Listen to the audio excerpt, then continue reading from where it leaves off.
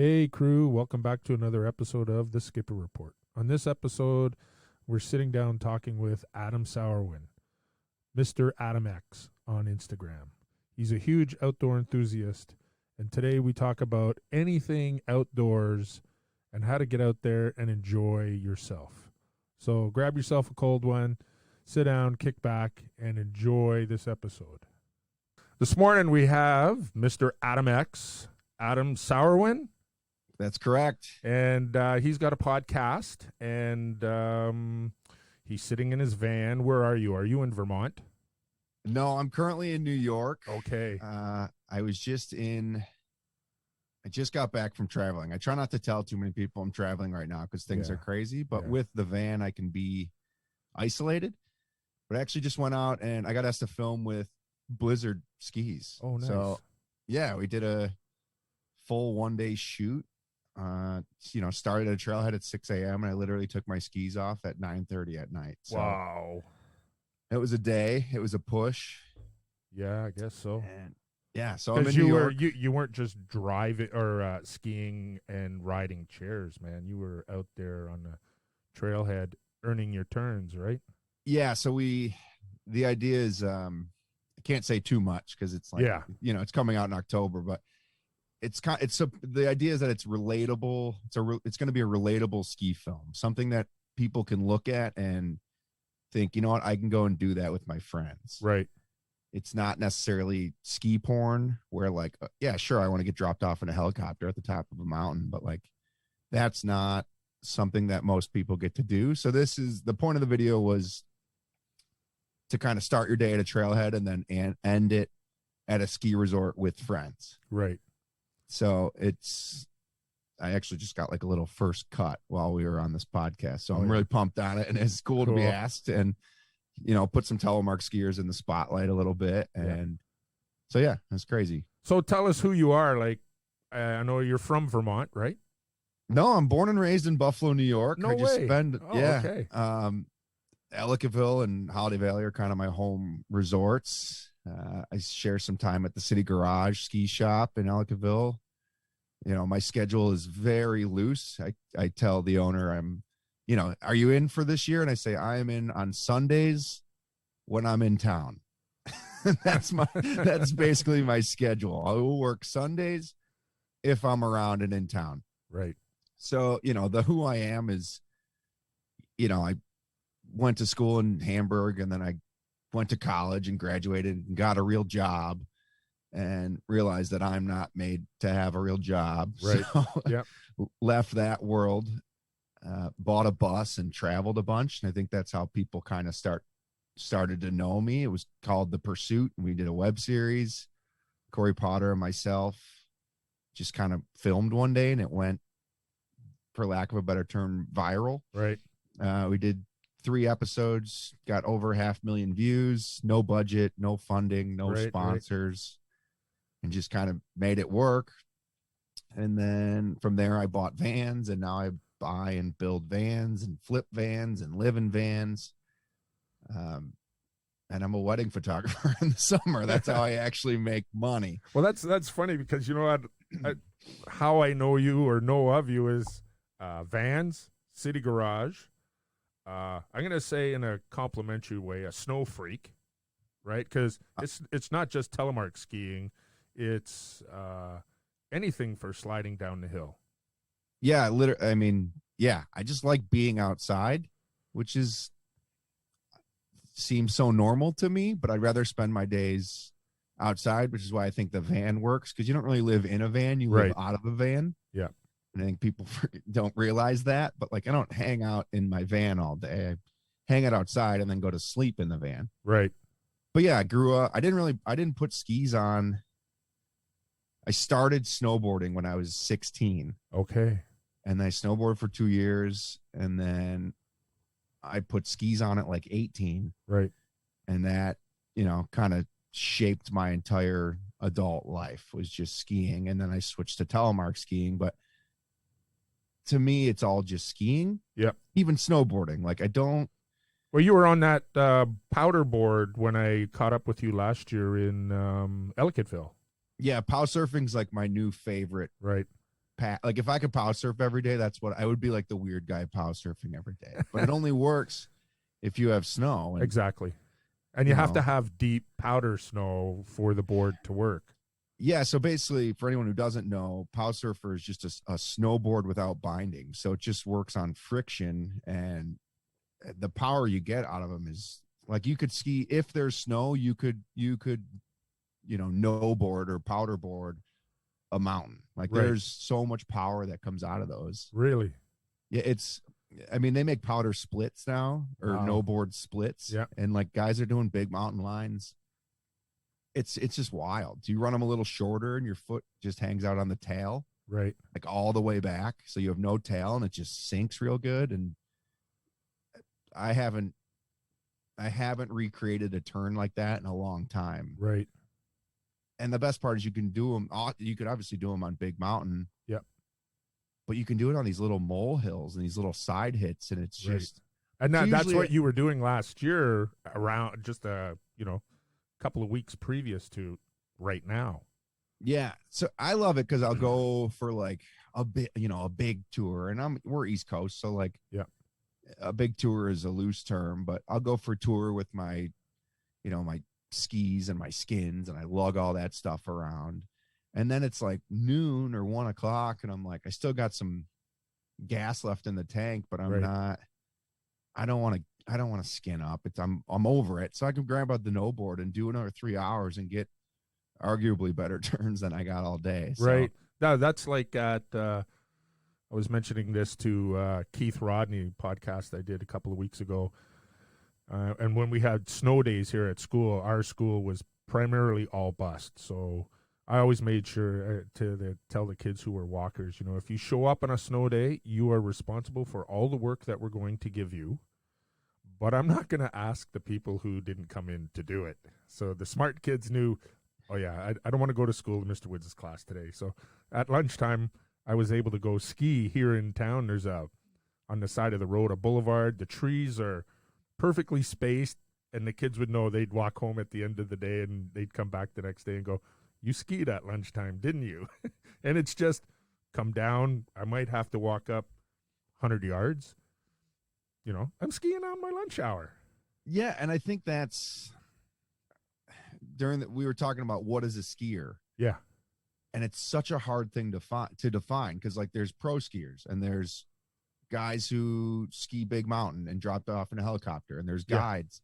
But then there's also people who I went to high school with who ski 5-6 times a year, and I might say, are you a skier? And they say yes. Right. Like they identify as a skier. So I always try to think about that. And like, you're a skier, like you had 45 minutes to an hour to go make turns on, Alex Kaufman he used to be a Ski These guy. Now he does Wintry Mix. Okay. Yep.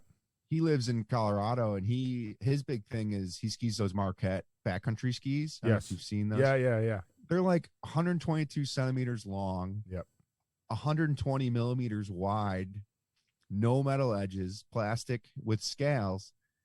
And that guy skis more vert than half of us. He just skis the foothills because he's got a real job where he doesn't have time to necessarily fight I-70 Colorado traffic. And that guy I wake up in the morning and he's got 4 laps in on what sounds like what you're skiing, that 100-yard pitch of, you can get just as good at turns there as you can at a resort. If my sister listens to this, to my podcast, she's going to go, man, you just trashed me, because my sister's been retired. How old am I? 57. She's 56. She's been retired since she was 41. She was an executive. And I always say she's a snow snob because our cottage is right on the Quebec-Vermont border. So we've got the northern part of the Green Mountains that we can ski. When I'm at the cottage, I consider Jay Peak my home mountain. Okay. But she'll ski all those big mountains. She'll go to the Rockies. She'll go to the Alps, that sort of stuff. And one March break, we were skiing with her, and she goes, man, are you guys ever good and fast? And I was like, it doesn't matter where you get your turns, man. A turn's a turn, right? 100%. Yeah. I mean, look at all those racers. I don't know if it's Lindsey Vonn or Michaela, who came from like that molehill in, I don't remember where it is. So I think it's Lindsey Vonn, but she came from like 300 foot of vert and a rope tow, but that just means she got more laps than we did. Yeah, and you know what? We talk. You probably don't know this about me, but I used to run Telemark Ski Canada, and Okay. we would put kids in the World Cup. I did all the administrivia, and my friends and I, we all talk about it's probably beneficial for racers, ski racers, to grow up on small hills because they get to see their coaches more. 100%. Yeah, and they're doing And more less turns. distraction. Exactly. Yeah, for less sure. Because I mean, I am not a racer, but skiing gates isn't fun, and I don't care. I'll argue anyone with that over like a powder day. That it's just. Yeah, I know. I used to run racing series here in Ontario, and there were a few days where, like, on the course, and we're scraping like 10 inches of powder off the race course. I was like, you're literally committing a sin. Yeah. You're committing a crime. Like, oh, there's too much powder on the hill. Yeah, right. One Christmas, or just prior to Christmas, I went to a friend's mom's funeral near my cottage. And so another buddy, I reached out to him and it's like, hey, Ghislain, you want to go ski Burke today? And he's like, sure. So we zipped down to Burke together. And I had my Telemark Ski Ontario racing jacket on. And so when you're going up the one chair where they have the 4 race courses side by side, I kind of went over. It was their lunchtime. I went over to the guy in the top of the race hut and I said, do you mind if we do a couple of laps in that POW against the fence? He goes, oh, no, have at it, man. At least you asked. I usually bully it and then they yell at me and I just say I'm a customer and keep going. If there's not a racer on the course, I'm bullying. Yeah. Being out there in the POW it's great. Doing the racing was good. It made me a better skier. But and one of the things we tell people is, if you want to learn to ski trees, ski gates, because they don't hurt as much when you run into them. There's a lot of truth to that. I think skiing, to me, I grew up playing basketball my whole life. No way. Yeah, and I was good. I was a power forward, and I was the defense was my ticket, but I could have been like a 6th man on a D3 team. Like, go shut that guy down. And then I found skiing or snowboarding at 16, and I didn't have any coaches or structure. Right. Yep. So to me, and then learning that I didn't even know there was that whole skiing was just like a recreational thing where it existed, but I didn't know it existed. My family's not a bunch of skiers. Right. So, yeah. So to me, like, having a ski coach is so weird. It's just not like, to me, it was the freedom. Like, I could go at 16, we got our licenses and we can go and just like, it was like an open, I'm not a gamer, but it was just like an open world video game. Like, you could just, you can do that, or like there's a bump there and you can jump off that, or there's trees there and you can zig through them. So to me, it was like, I think that was its biggest appeal. And that's why I never went to racing, right? Because it was like, for a coach for what? Like, for fun? I don't need a coach to have fun. I'm really good at having fun. Yeah. And it probably shows now that I never had a coach, because I'm awful at skiing, but I enjoy it and it doesn't matter. Like, I think a lot of being a good skier is being smart. And as I've gotten older, I've gotten a little smarter, because my buddies who have been longtime skiers, because I'm like you, I played basketball all my life, and we were Nordic skiers because I grew up just outside of Montreal, and I didn't get into downhill skiing until I was 17, I think. But I wasn't too keen on it, and I wanted to play basketball in university, and I knew I was hurting myself. So it's like, okay, I got to stop so that I can go play basketball, because I wasn't going to get to university on my academics. Same. I just paid. I was the other one who just, you can pay to go and they'll let you in. Cool. Thanks. Yeah. So I didn't, not until I think after my wife and I got married and we had kids, did we get back into skiing, because she's a longtime skier from Thunder Bay. Okay. And it's a great family sport for the cost of what it would appear to put a kid in hockey for a year, and then everybody sitting around in an arena shivering their butts off. You know what? We can sit in a chair and shiver our butts off entirely as a family unit. Yeah, there's some truth to that. And that I think that goes back to what is a skier? Like a 2-year or a 3-year-old, if you asked him if he was a skier, he would say yes. Yeah. And you ask an 80-year-old, and they're out there, you say, "Are you a skier?" And they say yes. So I've been really, and this is like a recent like aha moment for me, like trying to define a skier. And I think that's what encompasses what I love about it. It's I can't we live in a world where everything's pretty much answered. Yes. And like I can't answer that question. As long as you're out there doing something, whatever that sport is, I think that you call yourself or the activity, you're a skier. It doesn't I agree, but that's why I think I love it. Cause like if someone asked me if I was a basketball or are you a basketball player? I'm like, well, I played. Right. Yeah. For 10 years of my life. That was my life. Yeah. Like I play, if you played basketball, you played basketball, but exactly. Like I'm not a basketball player. Even if I think if I played twice a year now, I probably wouldn't define myself as a basketball player. Yeah. And I think if you ask a twice a year skier, if they're a skier, they might say yes. Exactly. And I don't disagree. So it's like this weird, and maybe I'm just overthinking it, but I don't know. No, I don't think so. It's like me, all the activities I've done throughout my life, I identify with cycling the most because I've been doing it for 54 years. 3 years old, I would, my wife couldn't believe my mom would set me up on my trike and I'd ride 5 miles with my mom pushing my brother and sister in the pram, and I'd go to my grandparents, on my trike. So I think the 10th year into my teaching career, during those 10 years, because I commuted by bicycle all year long. And winter too? Winter too. Yep. That's amazing. Yeah. I only fell 6 times in 29 years in the winter. That's pretty impressive. Yeah.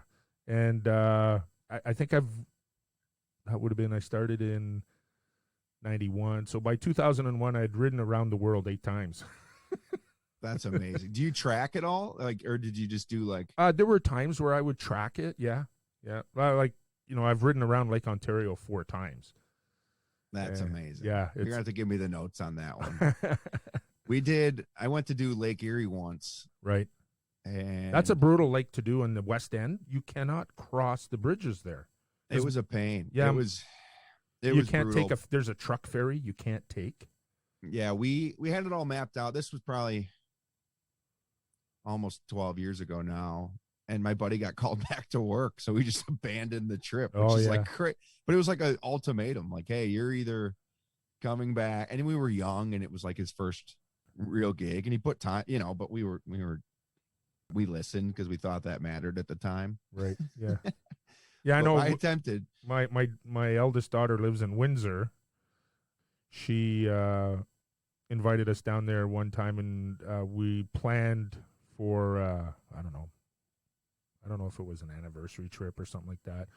We'd cycle the western part of Lake Erie, but to go across you can't go across any of the bridges in Detroit or between Detroit and Windsor. There's a tunnel. You can't take the tunnel. You can't take the truck ferry. I was like, okay, forget this then. So you have to literally like find a truck that'll let you throw your bikes in it, and then get in the truck and then get across. Yeah, we did that on our bike. Was it my second bike trip around Lake Ontario? The first time we got to, I think it's called Summerwind or something like that. It's at the water at the mouth of Irondequoit Bay in Rochester. Okay. And they have an opening with a swing bridge, but they swing it open all summer long, so you can't cross the bridge because the boats have to get in and out of the harbor. Anyway, so we rode all the way down into Rochester and around the bay, and to go 3 miles, we had to ride like 25 miles. Yeah, isn't that great? That's the fun of the trips, though, oh, yeah. I think. So the next time we did that, I waited for a guy. I could see him putting his boat in on our side, and I walked up to him, and I had $20, and I was like, hey, man, can we pay you this $20 to ferry us just over there? Yeah, he's can like, you just get us across, please? Yeah, exactly. Yeah, and he was happy, and he said, I'll hang on to this, and the next time you come through, hit me up with an email, and we'll go out in a boat for a day and drink beer.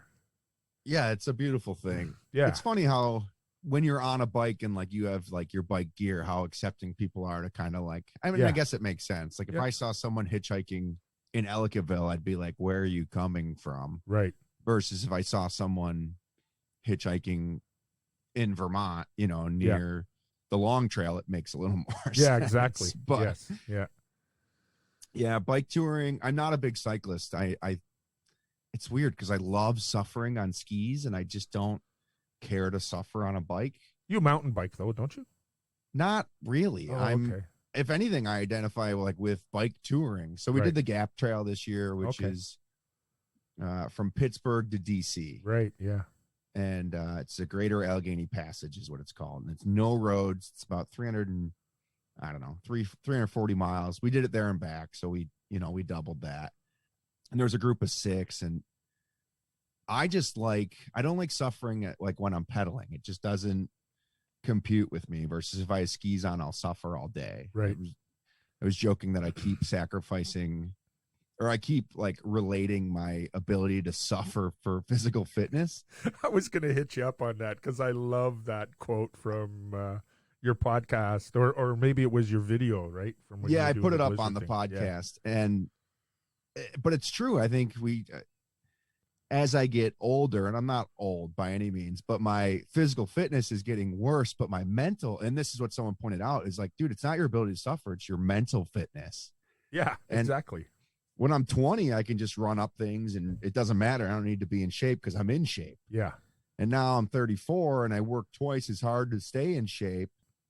And it's not always there, but my brain is like, oh, this isn't that bad. Right. You're fine. Yeah. And you just suffer through. And on skis, I can do that all day. And bikes, I can't necessarily. But I really enjoy bike packing because you have you rung what you brung, right? Yeah, exactly. Whatever's on your bike is what you have. And like we got soaked and I was like, I don't have another shirt. This is what I'm going to wear. And exactly. So mountain biking, I was really into, and then I got out of. I was going to buy a new bike in the spring, like now, but the bike market's crazy. That's what Jabber was saying. Was that what he was alluding to on it? It's like, where are the bikes? There's literally no bikes available. Right. Like I know I have a friend who he's a big skier and he runs he's the manager of a big bike shop just west of Toronto, and it's the same thing there. There's no bikes. They're struggling, yeah. It's same with our local sports shop. They were out of cross country skis before they even came into the store pretty much. Oh yeah, we sold out of cross country and snowshoes by November 15th this year. No way. But the supply is kind of there for that stuff. The weird thing with bikes is there's like Santa Cruz is like, if you want a bike for 2023, order it now. Wow. Like that's what's bizarre. And like Shimano doesn't have components to put on the bike. So now I was just talking bikes yesterday. So if you go on like some of the websites and you build your bike, right, at the bottom, they have like this new, like, it's not a header, but a footer, I guess, that says like components subject to change because they don't have them. So they're not going to leave that bike on the floor for, in the assembly line for another 3 months to get that Shimano, whatever XT part component. Right. They're just going to put whatever they have on it and send it to you. Yeah. It's like my dad, he imports stuff. He's at one point was Canada's largest importer and distributor of golf accessories. Oh, wow. And since my mom's passed away, his sleeping habits aren't all that good. And Asia will send him texts or emails in the morning, through the night, their business day. And he's learned that he gets up and he's on it right away. So everybody who would be in a business importing, they get to their desk at 9:30. Well, the Asian business day is dead. So you respond to that email. You're a day late, $1 short. Yeah. And my dad, they're like, dude, you're up at this hour? What are you doing? It's like the middle of the night. But you know what? He secures everything. He's like one of the few guys who's got everything that you need for golfing, So he's able to capitalize on other companies not being able to get that stuff. And, he's picking up the slack for them. Yeah, it's wild. Like bike stores will have, for anyone looking for bikes, bike stores will have bikes right now, but that resupply is not. Right. It's going to be very difficult. And like your top, it goes off tiers. So like if you're a tier 1 store and you're pushing a lot of bikes, those guys are gonna get it first. But those small mom and pop shop, they're not gonna get, who are only ordering 12 bikes. Like they might get 6 bikes, and they're probably not gonna get more. Yeah, exactly. Yeah. So it's wild, but it's just a supply. They don't have them, and they're not getting them. And I'm assuming, I would say, and maybe I'm wrong on this, but probably 70% of bike frames come from China. Even the good ones are just getting rebranded. Like exactly. There's just no, I think it's cool to support. Now is the time to support those little guys. Like you might spend a little more, but like that guy's building a frame in his garage with his TIG welder and welding up aluminum. Like, so it's crazy. Yeah. I know that I was just talking to my dad about that, I think maybe last night. And so we've got stores up here that are like REI or what's the one in the east? I can't remember what the name of it is. It's a big outdoor chain. I know there's a store in Burlington because I go to it. I mean, there's Outdoor Gear Exchange. That's no, not those guys. Those guys are small. Yeah. I mean, they're big, but they're locally owned. REI. Yeah, EMS. Yeah, that's EMS? it. Eastern Mountain Sports. Yeah. So, we have a couple of stores like that up here, and I've got a local sports shop. You know what? They sell me the gear. I don't have to drive an hour into Toronto and an hour back. It might cost me $5 more, but you know what? I save fuel and I save time, and I'm supporting local. Yeah, and you're talking to a human. Like you're literally talking to someone who's invested. Like if you buy skis from the city garage, that money goes directly to like keep me employed. Exactly. Which is cool. Like it's, and when something breaks or something, like you get all that. That comes with it. And I don't think people necessarily understand that. Right. I know some of the bike shops around here are not servicing. We have a store. I don't know if you've got something like it down in the U.S. Well, it's not Harbor Freight. It's called Canadian Tire up here. You can buy. I know Canadian Tire. Okay, yeah. So, I think they have a super cycle. I think that's what they're called. And like some of the bike shops around here are refusing to work on those bikes. I mean, they're just. It's like polishing a turd. It's still a turd, unfortunately. Like, because some of that stuff is just unfixable, and like it looks good and it's flashy and it's got a good paint job, but like they're not real mountain bikes. And there's a market for that, and that's fine. But it's hard to. It's our job as retailers and as like ski industry or bike industry professionals to like explain the difference. And like, if you're mountain biking and you're going down a hill and you're on like a junk mount, like it's dangerous, like those, and it's really hard to explain. And I even have a hard time understanding it with mountain bikes because I'm not a big mountain biker. So a jabber is, and I'm like, hey dude, what about this? He's like, that's junk, that's garbage.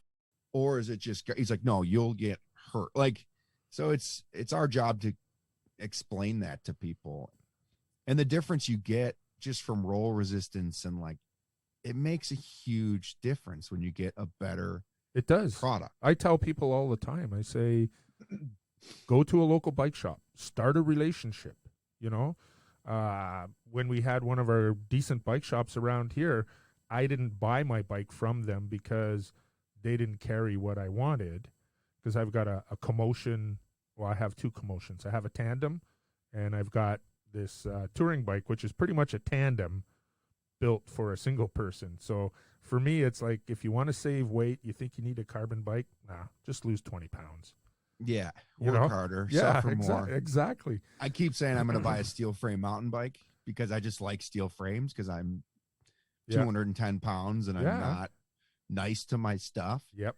And all my friends who are, what's the term for like a skimo but a biker? Like, I don't know.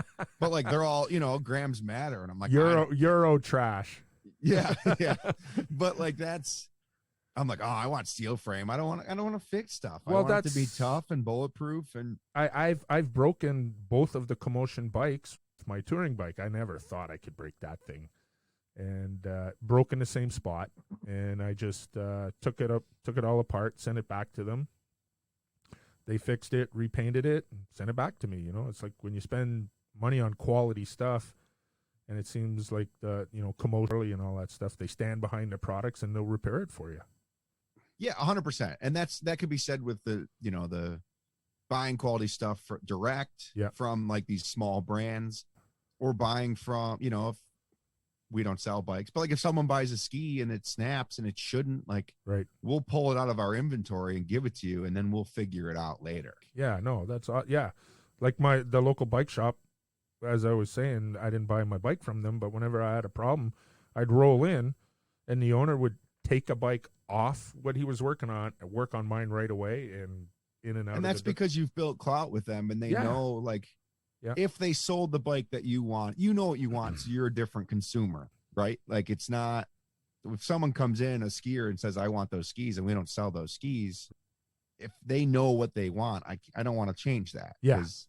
But it doesn't mean they won't come here and maybe buy bindings from us or buy boots from us, and that's, I'm assuming where you're at is like, I want this frame, but maybe I need these wheel sets or this, whatever. And exactly. You build a clout, and I think bike shops and ski shops understand that. And there's so much, especially now, there's so many different brands and like small bike brands that are really neat. And I'm just starting to really learn more about them. So see, I was always I was like, e-bikes, are you kidding me? But then my buddy who runs the bike shop in Oakville or Burlington, he says, no, man, he says, you know what, those e-bikes are good for guys like you who would maybe want to go and ride the route of the Tour de France and help you get up those steep climbs. And I was like, really?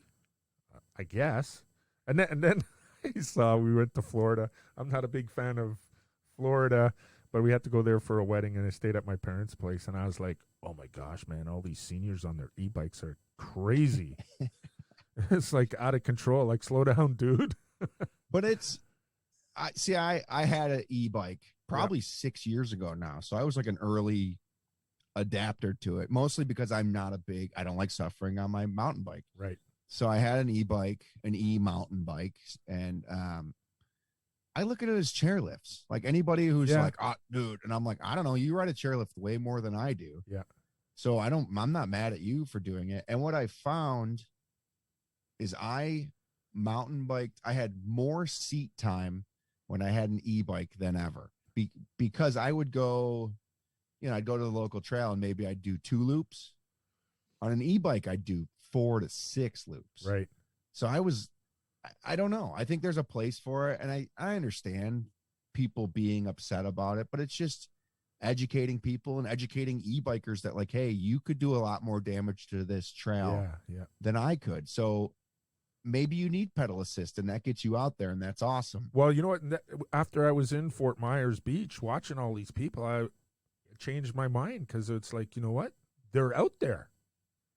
100%. Yeah. I rode my bike more when I had my e-bike than ever. And I was still getting the knee rotations and the hip rotations. Yeah. And you're getting in shape, because by the end, I'm using it on when I start, I'm using it on like turbo mode, because I'm cheating. Yeah. And by the end, I'm using it on like 1, like a mini assist. And it's still cheating. Don't get me wrong. But I think there's a place for it in the market. And it just allows you to do more. And what's wrong with doing more? Like, where someone might not be able to go to Moab and truly get to see everything, even as a rental fleet. Like, you can rent an e-bike in Moab and put 40 miles down, when like you might have only been able to do 10. Yeah, so, exactly. Yeah. So like, for me, it was kind of like a revelation. It's like, you know what? It gets people out there. We go back to, what's a skier? What's a basketball player? What's a cyclist? You're out there riding your bike. Yeah. 100%. Yeah. And I don't know. The e-bike thing is, I think there's just a place for it. Like, I would really love an e-fat bike. Oh, yeah. I've seen, actually, there was a guy here in town. I saw him yesterday. He's an older guy. He's got like an e-fat bike trike. That's awesome. But he probably just cruises that like around town. Right? Exactly. Yeah. I would love one for like some of the trails in Ellicottville, and like they groom the trails in the winter for mountain biking, but like, I'm not doing that. I'll go skiing if I'm going to suffer, but that might be one of those fun, like, again, end of the day, like just like my power surfer, like I had a good day of skiing, and now I'm going to go do like a power lap on my I guess I could just get a regular fat bike, but I'm lazy. So we have a community up here called Collingwood, and it's like Hollymont. So Okay. there are starts at Caledon, which is like maybe an hour northwest of Toronto. Then you have Devil's Glen, Osler Bluff, Blue Mountain, which is a public one.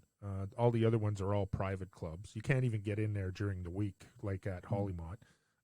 Blue is like Blue's owned by somebody, right? Interwest, Big, or yeah. So I've the been to people who Blue. own Tremblant own Blue Mountain. I've been to Blue. It was started as a private club, I think. Okay. There's the Toronto Ski Club that's right off there. They may have started it. Then there's like Alpine, Craigleith. Anyways, these are all private clubs, and at the end of their ski days, a lot of the people, they're more affluent, and they have a lot of fat bikes, and they'll go out ski for the morning, and then they'll go fat biking in the afternoon. Yeah, I think it's just keeping people outside, and I think people just love to hate, and I'm probably one of those people, and I'm slowly getting better at not. Right. And just being like, why do I care if you're on a fat bike, or if you're on an e-bike and you're passing me and you said you just set a PR, then like I don't care. But if you're out there and you're just stoked and having a good time, that's amazing. Like why should I be mad about that? Well, everybody's got to start somewhere, right? Like, just get whatever it is and get out there, and then you can, if you like it, then you can invest and get better equipment. And just the more people on the trails, the more funding we get, the more trails that are made, the more, like, that doesn't hurt anything. Everyone wants to keep everything a secret, and I don't understand it. Like, sure, I have like my stashes, secret stashes, but when someone asks me where I uphill, like, dude, I've been uphilling for not that long, but 6-7 years, which is kind of long considering not that many people, but whatever. But in Ellicottville, there's not that many stashes. So like I've looked at a lot of Google Maps to find something that I think I can ski around here. So, or if I go to Vermont, like we have a whole, that's intel that takes years and years and years to find, and I'm not sharing that with you. Yeah. If you meet me there and we go skiing, we can go skiing, but I'm not going to like send you a pin. Right. But the other thing of that is what I was getting to is the more of these, Winnimba, Western New York Mountain Bike Association, or Rasta, which is in Vermont. Yeah. The more of those that exist and happen, that's only better for the evolution of all of our sports. Yeah. And even down to safety and everything else. Like my plan this year was to do a weekly ski tour, and because we've been selling a ton of uphill equipment. Right. But with COVID, I just didn't want to organize anything. Yeah. I just didn't want to be the one to invite people to do stuff. Exactly. Yeah. But I think I'm going to do some in the next couple of weeks here when the resort closes. Right. Like, hey, I'm going to put it up on, the City Garage social media channels and be like, if you bought touring stuff, or you have touring stuff, or you just want to go for a tour or go for a snowshoe, like I will be there. Probably a couple of us from the shop will be there. If you have questions, you want hint, like that's what builds the sport. That's what grows the sport. Yeah. The hate in the sport and this exclusive mentality needs to change. Right. And it's intimidating. Like I'm an athlete, quote unquote. Yeah. I show up at a bike trailhead and I am intimidated. Right. And even on skis, I'm like, should I be here? And you meet up with a group and you're like, I don't know if I should be here. And then you ski with them and they're all cocky and kind of jerks. And you're like, I'm better than these people and I don't care. So I don't know. I'm really trying to promote more stoke and not hate on e-bikes or ski boards or whatever. Just go and have fun outside. And I think that's been the best thing that's happened during COVID. And I just hope that we remember it. Like if you don't take anything away from COVID, okay, it was a bad time and things are bad. Don't get me wrong. But think of how many times you met your friends at the park and went for a walk in the last year. Oh, it's crazy the number of people out walking, especially, we get locked down up here, and it's like stay home. And, so my daughter, she lives 40 minutes northeast of where I live. She has 1 acre. She's got a house there in the middle of almost 500 acres of agricultural forest land. Right. We could ski right out across the street from her. There's a little tiny hill. So she basically has 501 acres of Yeah, land. yeah, and she takes care of the farmer's property and all that sort of stuff. So he lets, we snowshoe on his property, we cross-country ski on his property. That's how I got most of my skiing. I tried one day of skiing with a mask, and I was like, I broke a pair of sunglasses, and, listeners who don't know me personally know I need glasses to see.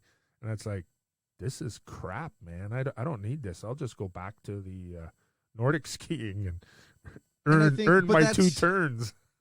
And maybe I'm wrong, but it's probably reignited like your love for Nordic skiing. Oh, yeah. Yeah. And it's probably a something sufferfest too, because we'd break a trail. We go back the next day. It would snow and blow.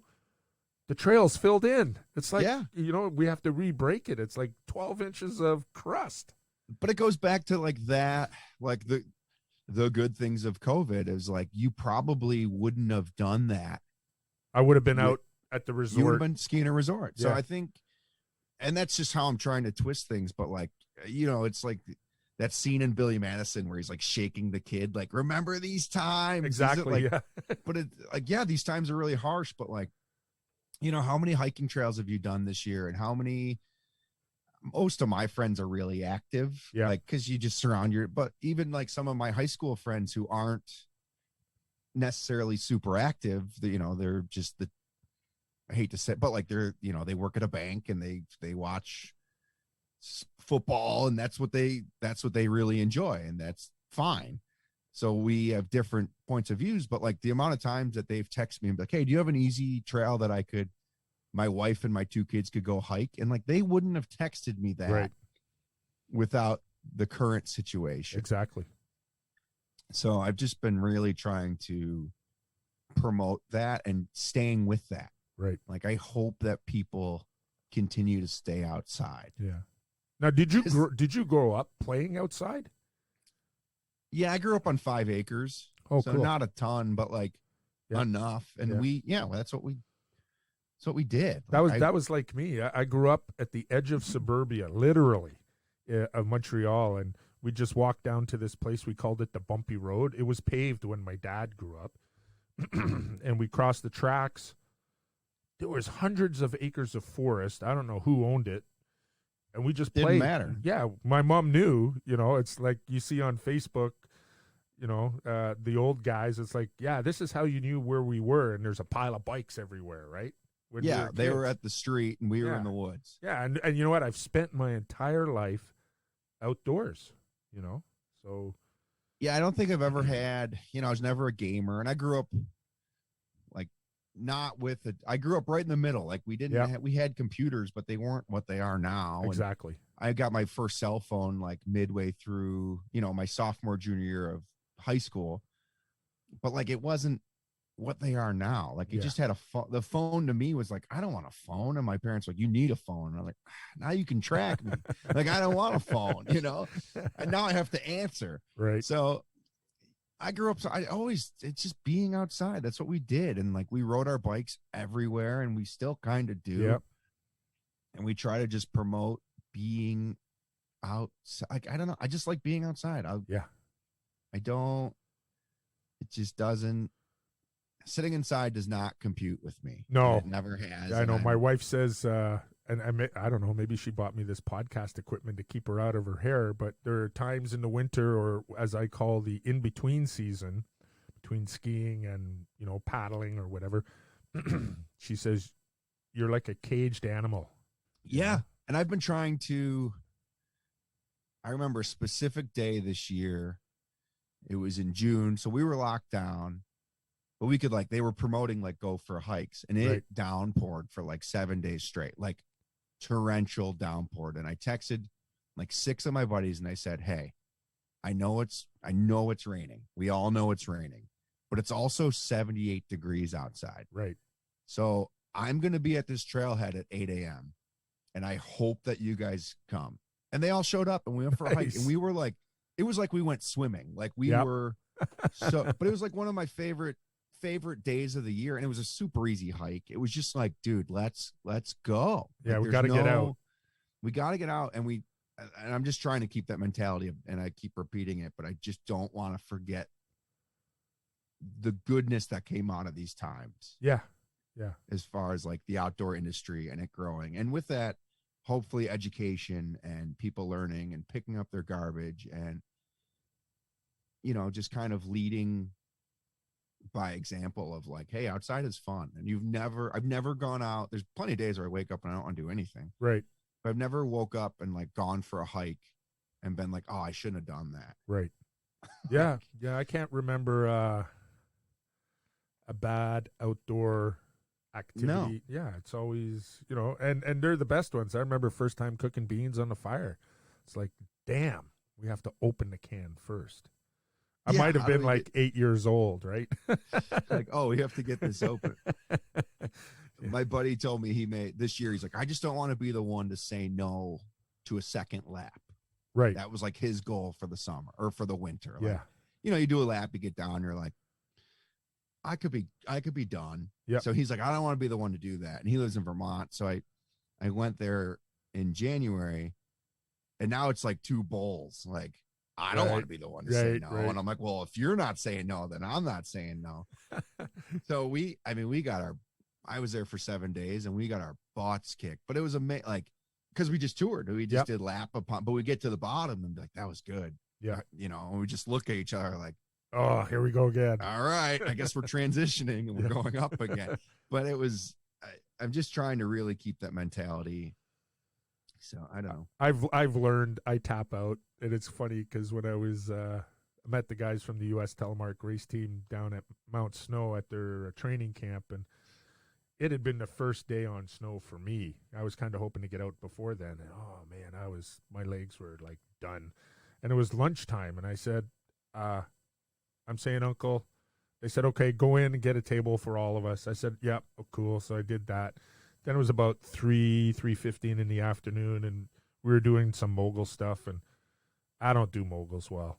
And I was like, yeah, I'm tapping out. The moment I tapped out, 3 other guys tapped out. Yeah, they were just waiting for someone to say break. Yeah. We went and sat in a bar, and we started some great friendships, and those other guys, they were suffering, and they came in, and I think from what they said, we had a better time in the bar. Oh, 100%. And that's always how it goes. Yeah. But it's funny to have that, like, he went in with that mentality of like, I'm not tapping. And I was like, all right, well then I'm going to try. And I'm usually the one to tap because I know my body. Yeah. I think that's part of being a good anything is knowing when to tap. But yeah. And as you get older, because like you're 34. 34. Yeah, so I'm 57, and it's like I stand there and look at it, and I go back to my days of watching In Living Color. It's like, yeah, homie, don't play that. Yeah, exactly. And I mean, that's, as I say, I don't want to tap, but that's part of it. Like just knowing, like I'm done. Even with, I went and did Tucks last week, Tuckerman's Ravine, and I went by myself, and everyone was like, and you shouldn't go by yourself, but there was a weather window, and I was there, so I was like, I'm just going to go do a Sherb lap. And then I'm like, oh, I'll just go to the floor. And now I'm at the floor, and I'm looking at the bowl, and I'm like, all right, well, I'll just do right gully, and then I'm at the top of right gully, and I was like, I mean, the lip looks pretty good. So then I go and do the lip, which is fine. And I have the skill set to do it. But the whole time, the back of my head is like, make the right decision so you can do this tomorrow. That's right. Like and it was safe. And like, I read the Avi report, and it was all low, and I had my beacon in case, and there were some people at the launch rock. So I was like, hey, I'm going to go ski the lip. So just kind of keep an eye on me if you can. Yeah. But it's knowing your abilities and knowing when to quit, enjoying a cold beverage, and just watching your friends rip down. Well, I'm a moderator on Josh Madsen's Facebook page, Free Heel Life, and they were initiating one of the new guys. So when you work in the shop, if you're a young guy and you've never skied leather boots and straight skis, they have a whole crew. Anyway, so Alex Johnson and his dad, it's kind of cool because when you're talking about what's a skier, they're an entire family of Telemark skiers.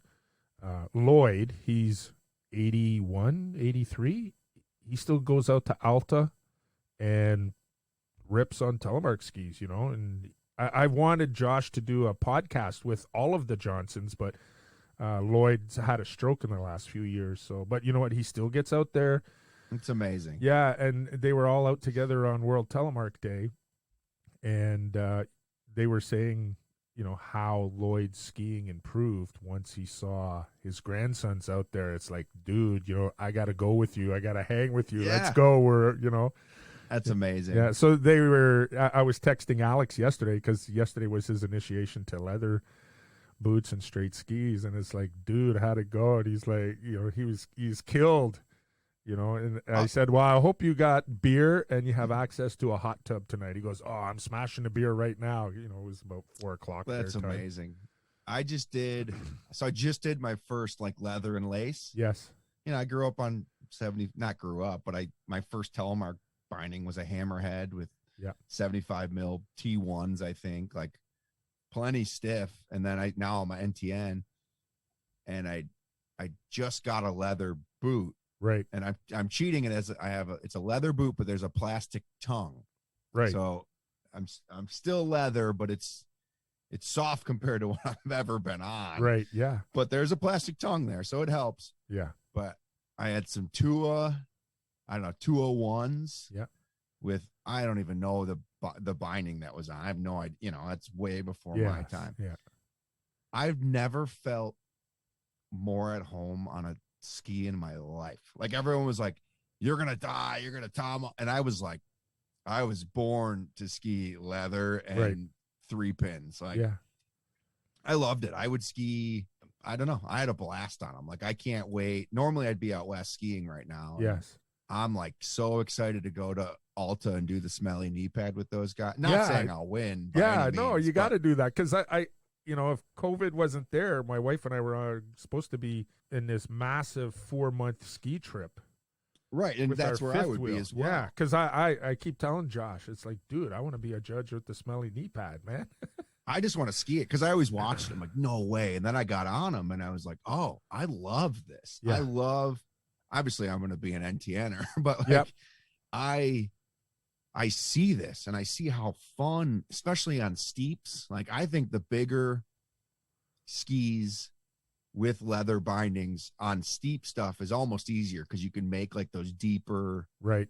Like literally knee pad to the ski turns. Yes. Yeah. Versus when it's low angle, you're on your muscle now. Like, exactly. Like, yeah. So, I loved it.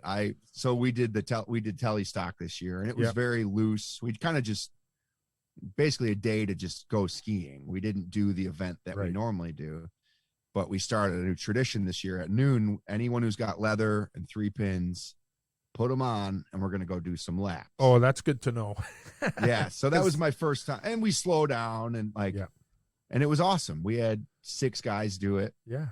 But like, we had 6 guys do it, and the other, you know, there was 20 other people who were like, I didn't know we were doing this. And I was like, you know, it was kind of a no event, so we didn't really promote it. But so I think that's going to be the new tradition, that at, you know, noon, we all put our leather and lace on and go and ski. And it's amazing how the fundamentals of Telemark just are forced into you when you have nothing to fight.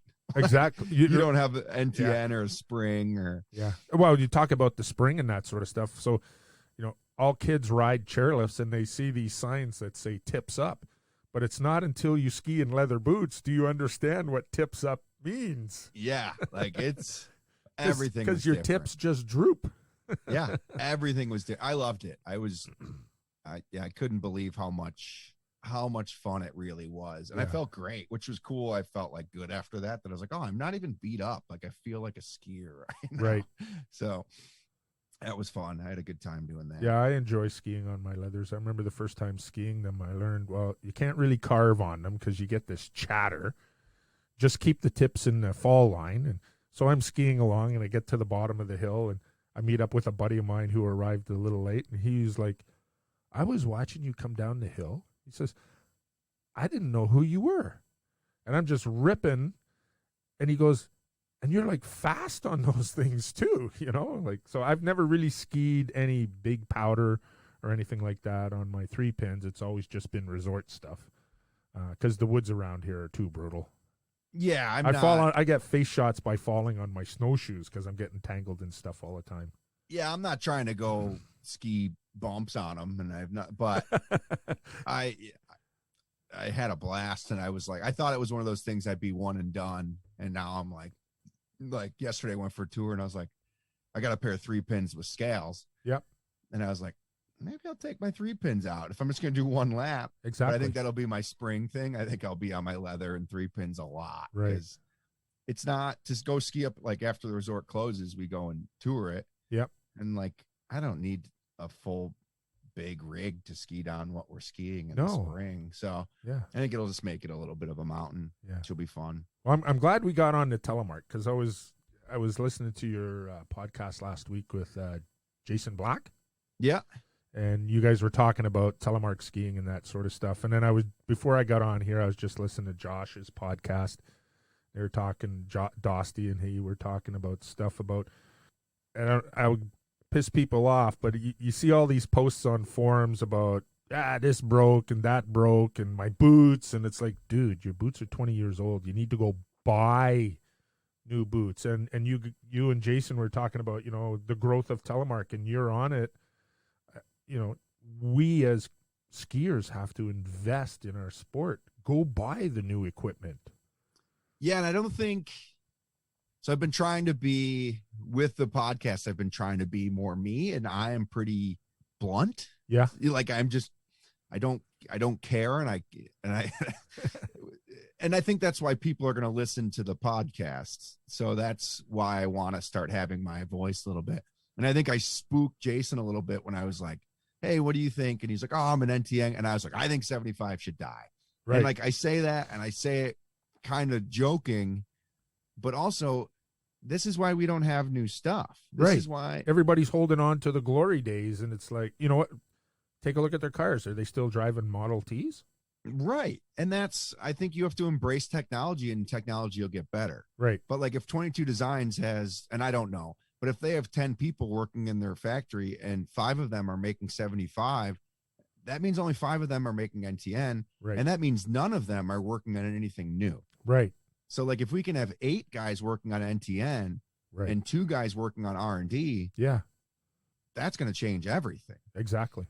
I did just hear a little birdie tell me that Scarpa does have a new boot. Oh, do they? That is 100% confirmed. It is not coming out. It will not be here next year. Right. But hopefully in January of next year, we'll be able to get it the next year. Right. So it exists. It's out there. From what I gather, it's a touring boot, which is what we want. It does exist. They have a mold. Cool. They're making them.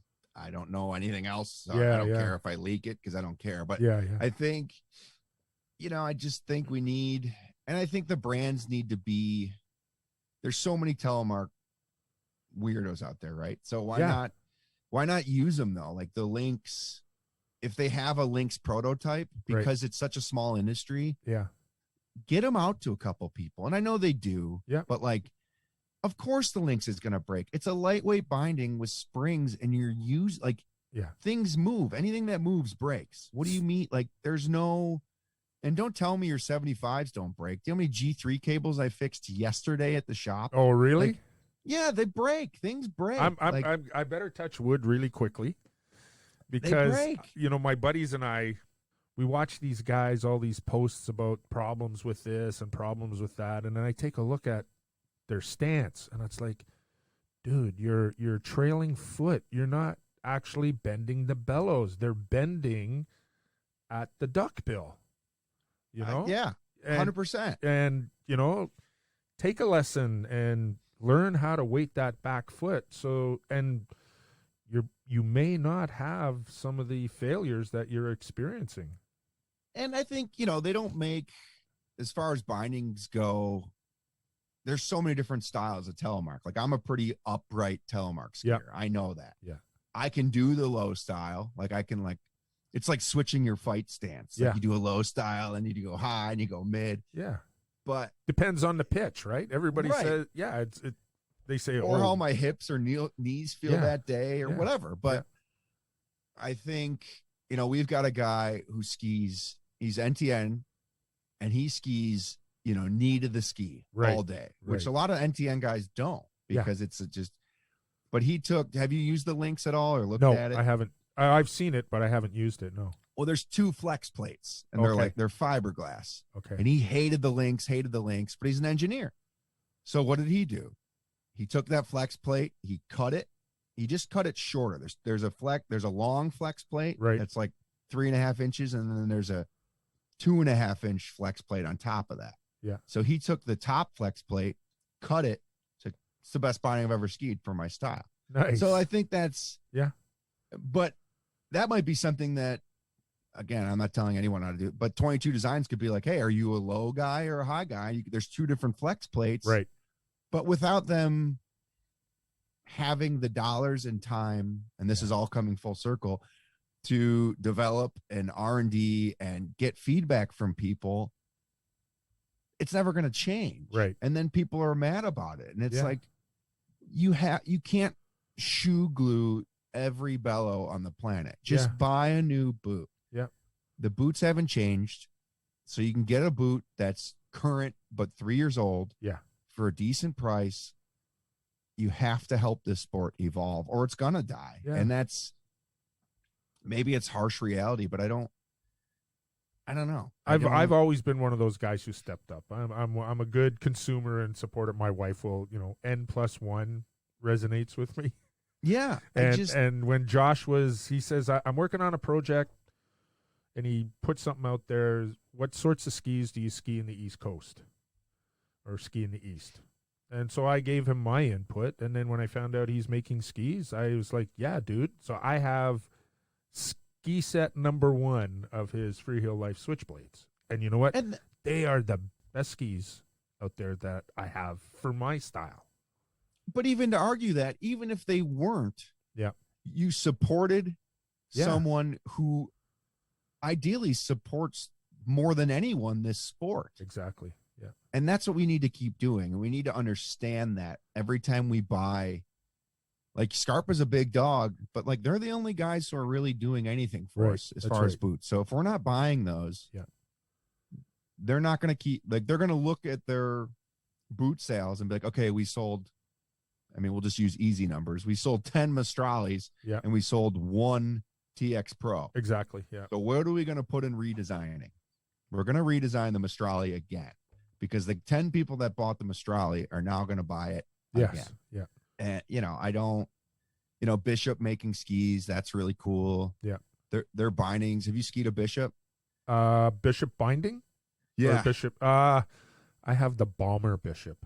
Okay. So you haven't skied So like I haven't BMFR. skied the new one yet. No. It's unbelievable. Yeah. Like, I look at that on a shelf and I'm like, no way. That thing is not what I want to ski. And that thing skis more like a 75 mil than any NTN I've ever skied. Wow. I have the Lynx. I've skied the Meijo. I ski an Outlaw X, and I have the Bishops. Yeah. And it's just bizarre, but it forces the boot to function like a 75 because it pulls it from the back. Yeah. And it's big and clunky and mechanical. But once you're skiing it, it feels so smooth and so natural. And they don't pay me. I don't get free binding. Like, they're really good. Yeah. And I think when you buy skis from those guys, it allows them to develop more. Right. And I don't know, you have to be a consumer to keep a sport alive. Yeah. Get out there and put your money. I have not really broken any Telemark gear, and I'm like 6'6", 275, 280 pounds. If you want somebody to break shit, that'd be me, man. But you know how to ski. Yeah. So that's your downfall. That's why you're not, people are like, oh, I ripped out of this. And I'm like, yeah, but what is the real story? Yeah. Like, how did you rip out of that? Like, it happens. It's wood. Well, you know what? I can't say I didn't break. I broke two pairs of a manufacturer's Telemark boot. But a buddy of mine who's a tool and die maker and does a lot of R&D stuff, he says they're probably both made at the same time, so it was a material issue. 100%. Because they broke at the exact same spot. Bottom of the barrel. 10 days in. Yeah. bottom of the barrel, bad mix, Yeah. old material. That happens. Yeah. They're manufacturing stuff. And you know what? The retailer came good, and I was like, okay, I've tried 2 pairs of these boots. I'm going back to Scarpa. Yeah. You know? And that's yeah. But that's the best part of being a consumer. But we had back to Bishop, they sign whoever makes the binding. Right. And I won't use his real name just in case he's listening, but say Brian signed the box. So we called Bishop and I was like, hey, there's like 6 parts missing from this binding. What's up? And you call Bishop and like, yeah, Kate answers the phone. Yeah. The same person answers the phone. You know, Yeah. they're small. It's probably your cell phone. Yeah. And they're like, oh, who made it? And I was like, oh, it was Brian. And again, I changed the name. Yeah. And they're like, oh yeah, we fired Brian last week. Well, that's what happened with my Commotion bicycles, because I actually went to visit Commotion, and we were talking, and they're like, yeah, he doesn't work here anymore. He's not as good a welder as he said he was. Yeah, it happens. And yeah, who knows? But again, right? It doesn't mean you don't write off that makes me want to be part of the brand even more. I'm exactly. like, oh, this is amazing. Yeah. So it's cool. Telemark's great. It's a small, wild, weird community. When I first met you, I was listening to Jabber's podcast, and you were on there, and he was asking why you Telemark, and you said, well, if you can't be good, be weird, Telemark. I was like, that's right on, man. Yeah, that's it. And even like, again, I filmed last week with Blizzard Skis, and they're all like, oh, I didn't know you were a Telemark skier. And I was like, you can just say I'm a skier. Yeah. Like Mike Paternetti in Elkaville, he opened that up for me. He never used Telemark as a crutch. Right. And I loved that. Yeah. It can be as violent and mad and like non-graceful as you want it to be. Because I think when people hear Telemark, they think like leather and lace, and it's like that ballet, that dance. Yeah. And now with modern stuff, like, yeah, the transition is not that difficult. And these guys are ripping. I mean, Ty Dayberry's throwing double Oh, corks I in know, the eh? backcountry. It's Yeah. like, get out of here. Like the fact that isn't on TGR just bothers me, because it's just skiing. Yeah. To me. It's arguably, and I said this on my podcast, it's arguably harder. And there's plenty of times I make alpine turns on my Telemark skis, but I just really enjoy it. And the only thing that drives me crazy about Telemark is our lack. I think at one point we were way ahead of the backcountry scene. Right. And that's why people Telemark skied. Yeah, exactly. Now AT is caught up so much that our boots are heavy, and that's what, like, I just want a lighter boot. Right. It's like I'll put this on the record. I am like really debating getting a Skimo set up next year. Right. Because there's days that I just put in, like, we put in 6,000-7,000 foot of vertical and do 14, 15 miles. Yeah. And my gear is 4 pounds heavier than the guy next to me. Yeah. And I'm 40 pounds heavier than the guy next to me. Yeah. And I'm like, why don't I have this? Right. So that's my only, but I don't know. I love it. And I love not using it as a crutch. I can ski park on Telemark. I'm not saying I'm good, but I can hit rails. I can hit jumps. I can ski trees. Yeah. I can ski powder. I love it, but I just try not to ever say, hey, look at me. Yeah. I'm a Telemark skier. I just like saying I'm a skier. Yeah. It's more like F you, I'm a Telemark skier. Yeah. Watch this. Like, oh, I didn't know you could do that on Telemark. I'm like, what? They're skis. I got the same skis you got on me. I was at Sunday River with a buddy of mine, and we were skiing, and then, I don't know, we were going up this little run, a little chair, and there were some racers, young kids, and they were riding the chair with us. They were playing in the park, small park, and I leaned over and I was like, dudes, you might want to thank me, but you need to, when you go home tonight, tell your parents you need park boots. I said, being in the park with your racing gear, you're going to end up breaking your legs. Oh, yeah. And they may have been like 10 and 11, and they're like, hey, you're on Telemark stuff.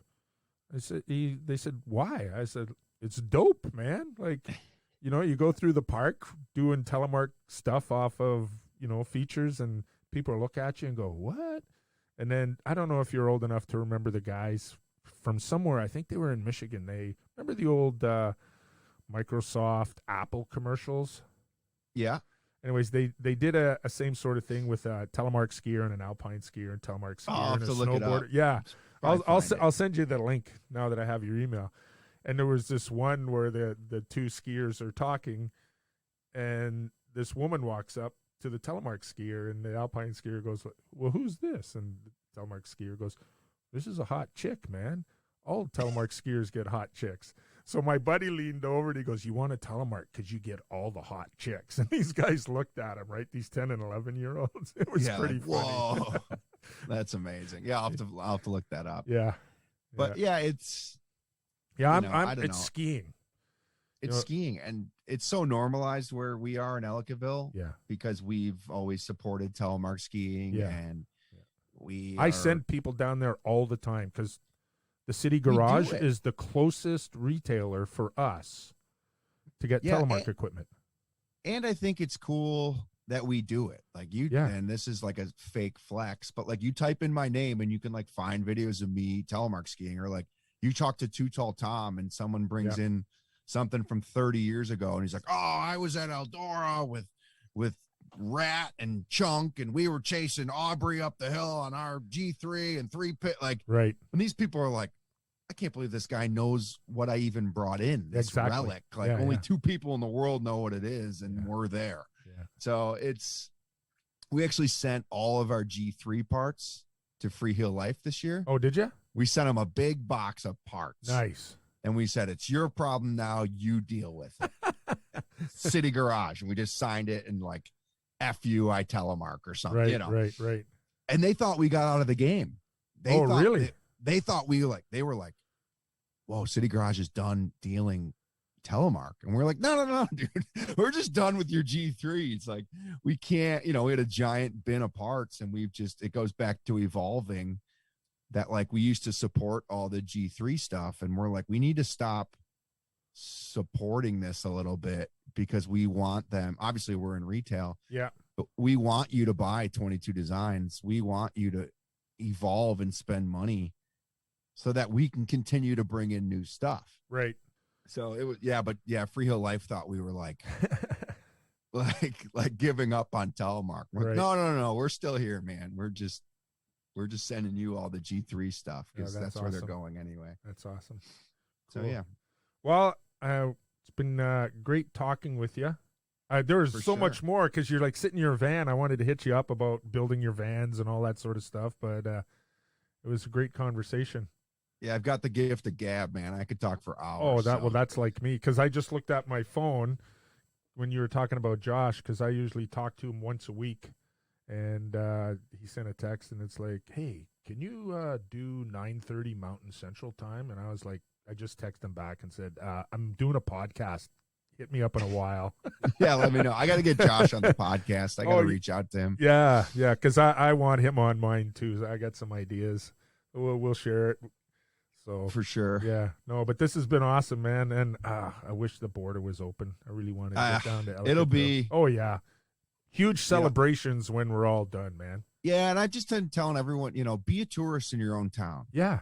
Like, there's so many trails. There's so many things that you, like, never do because you drive everywhere. Yeah. You, like, have to drive 3 hours to do something. It's like, no, drive 10 minutes. Because someone who's 3 hours away is driving 3 hours to get to where you are. So.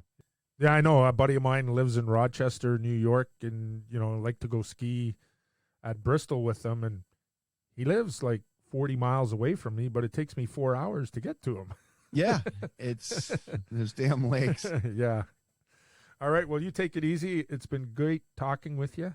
And yeah, man. Thanks for having me. Oh, hey, where can people find you?